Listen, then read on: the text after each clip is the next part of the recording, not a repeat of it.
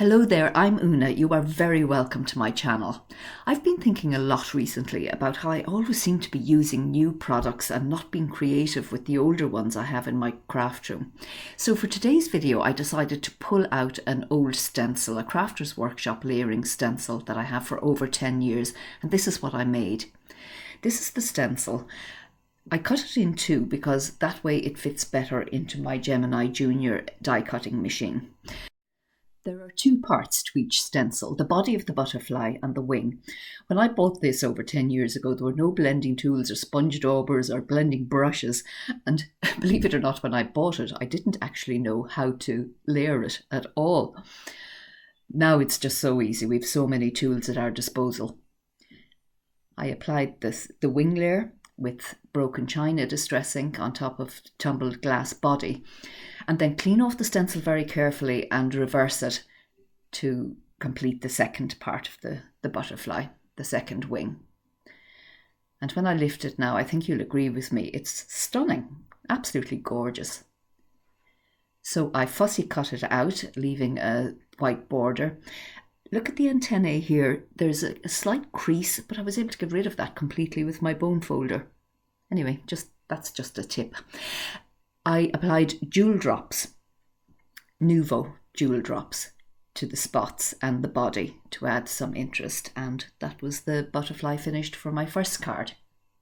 For the second one, I decided to emboss. Now, you don't have to, you could just ink, but embossing adds a highlight that is really worthwhile doing.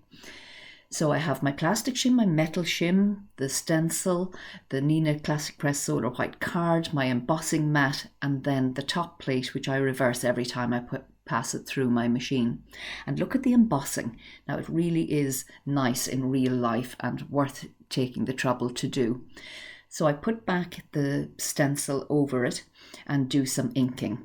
Now, I chose Blueprint Sketch, which is a very dark blue, and hindsight is great. I wouldn't use such a dark ink if I was going to do it again. I ended up doing a lot of extra bits and pieces to this to try and brighten it up and add a bit of sparkle. But in the end, I was very pleased with it. So I fussy cut that wing and then again reverse the process to cut a second wing. Cut that out, and then I have a pair of wings that are going to be adhered to a body that I inked with black soot. And when I adhered the wing, I used the white jelly roll pen to add a little extra interest to the edges. And I used the white jelly roll pen again to add some extra interest to the body of the butterfly. For the next step, I spray some clear shimmer spray by Avery Elle onto my glass mat, and I paint with it. Now, this adds a super shine. I think you can see it there in the light. And I was really delighted with the extra bit of interest that this added to the butterfly. Beautiful. This is a very stylized butterfly, so I thought these stylized tulips in this embossing folder would make a very nice backdrop for the card. And I got the sentiment strip from an Altenew set. I prepped the paper, used Versamark ink to ink up the stamp. Apply white embossing powder, heat it till it's smooth and melted, clean it off and cut it out with my craft knife and scissors. Then, not satisfied that it's quite finished yet, I take a Versamarker pen and I add it to some areas of the butterfly. Apply white embossing powder, and this really does finish it off for me. I was really pleased with it now. I added some Nuvo jewel drops to the card base, some foam strips to the back of the butterfly, and the card was finished. Oh no, some Nuvo crystal glaze first on the body and antennae. And I hold it in the light here, hoping that you can see how super shimmery that is. It really sparkles in the light. For the next one, I used Coral Berry by Altenew.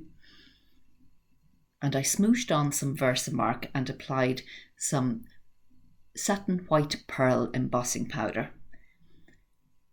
Now when I heat it up and turn it in the light, you'll see how really gorgeous this pearly shine is. And I had to fussy cut it out right up to the edge because I didn't quite stamp it properly. The next one is Seedless, quite dark. I used Seedless preserves, but I wanted a nice contrast with the gold embossing powder that I applied this time. And heating up embossing powder never loses its magic. But unfortunately, when I was doing the second wing, I didn't clean the stencil well enough, and so it didn't stamp crisp and clear like the other wing, so it wasn't a perfect match. So my fix was to heat emboss another wing and then piece them together on a body that I inked up with pumice stone. And when that was done, I was really pleased. Love that one. Now this is the one that really delighted me. I used my very small blending brushes, makeup blending brushes, to apply some colour to the wisteria flowers that are in this image from using a 3D embossing folder by Sheena Douglass. To be honest, I was just too lazy to colour it properly, and I thought I'd give this a go and see how it worked out, and I was thrilled with it. The milled lavender and old paper inks were just perfect, and soft granite from Hero Arts for the wall behind the wisteria flowers. I just loved it. I loved the way it turned out. I finished off this card by using a square die to cut it out. I just loved the 3D embossing effect. A special note of thanks from the Altenew set and a few gems as embellishment.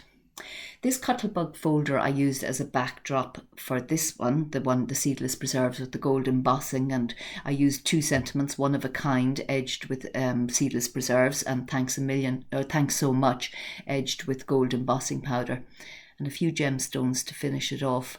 Very pretty. Here in Ireland we have a shop called The Works, and these dies I was able to buy very cheaply for about €9, which is $11 or $12. And I can use these in lots of different ways, but I love cutting them out of vellum to add to the back of a card for something that's not too distracting, but really interesting.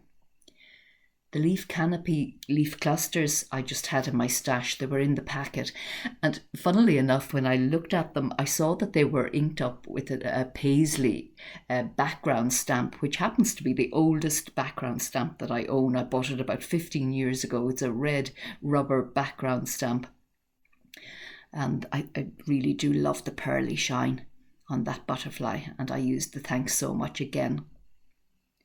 So those are the cards I made. I do hope you enjoyed this video and that you'll come back again to Una's Crafty Cards. Please leave a comment below, and I would just love if you gave this video a thumbs up, and would you subscribe to my channel? That would be great. All the best for now. Bye.